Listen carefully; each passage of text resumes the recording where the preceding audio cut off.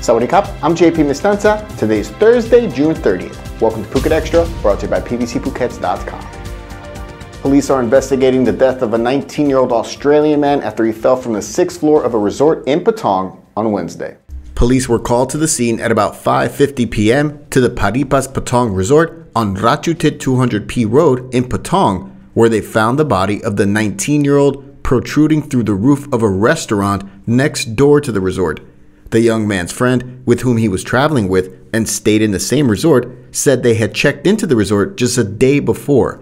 The Phuket News is withholding the man's name until it's been confirmed that his next of kin has been notified. Police say their investigation into the young man's death is ongoing. This is the third person to have fallen to their death from a high-up building in Patong over the last few months. In late May, the body of a 37-year-old Russian tourist was discovered after she fell from the 8th floor of a condominium building. 3 of the people who last saw her were being held in connection over her death. About a week and a half earlier, a 22-year-old Australian tourist plunged to his death from the 11th floor of a Patong hotel room in which he was staying. The investigation into that man's death is, at last report, still open. For more, visit thephuket.news.com.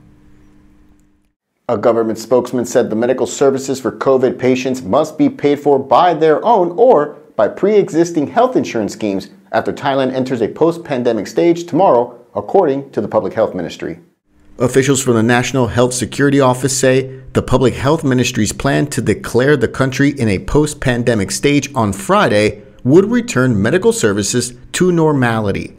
This meant that COVID-19 infected people would have to rely on their own health insurance coverage for medical services or pre-existing schemes such as Social Security or the Universal Healthcare Program. Before transferring patients to other hospitals, patients' conditions would be assessed and the COVID-19 illness would be treated like a common cold. Since early 2020, more than 150 billion baht had been used for COVID-19 treatment. During a meeting of the NHSO board on July 4th, the free distribution of COVID-19 antigen test kits, ATKs, at pharmacies would be reviewed and might be scrapped or extended. According to the Department of Disease Control's criteria, ATK tests will be taken only when people develop symptoms, not as a frequent precaution as in the past. Meanwhile, Vachira Phuket Hospital here in Phuket is offering free medicine for the treatment of symptoms of COVID-19 for people who have tested positive at home by antigen test kit. The hospital announced the move yesterday as the number of ATK positive cases on the island continues on an uptrend, with over 2,283 COVID positive cases over the last 7 days, with 424 cases confirmed by ATK on Wednesday alone. People who tested positive by ATK are being asked to present themselves at the ARI clinic, the white marquee opposite the hospital building at Vachira Phuket Hospital, to receive their medicine, but they must register through a form online, a link for which is in the description, and recipients must present some form of identification, and it's open to foreigners, according to a Vachira Phuket representative. Queue numbers will be assigned from 7 a.m. For more, visit thephuket.news.com.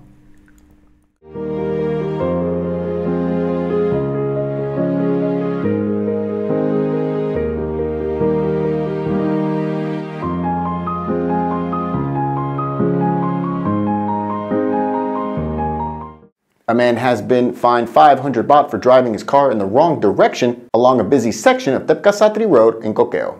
The incident took place on Monday, and police confirmed the fine on Tuesday after tracking the man down, whose name was not released. A clip was posted online showing a yellow Mitsubishi Lancer driving in the wrong direction along the southbound lanes of Thepkrasattri Rd at about 3:30 p.m. on Monday and drove along the wrong side for about 200 meters until the U-turn at Ban Sapam, where he crossed lanes in order to move to the correct side of the road. Phuket City Police fined the man 500 baht over the incident after tracking him down through his license plate. For more, visit thephuket.news.com. The Royal Thai Police has been ordered to pay 3.38 million baht in compensation plus 7.5% interest to a man who was wrongfully arrested and tortured by police in 2009.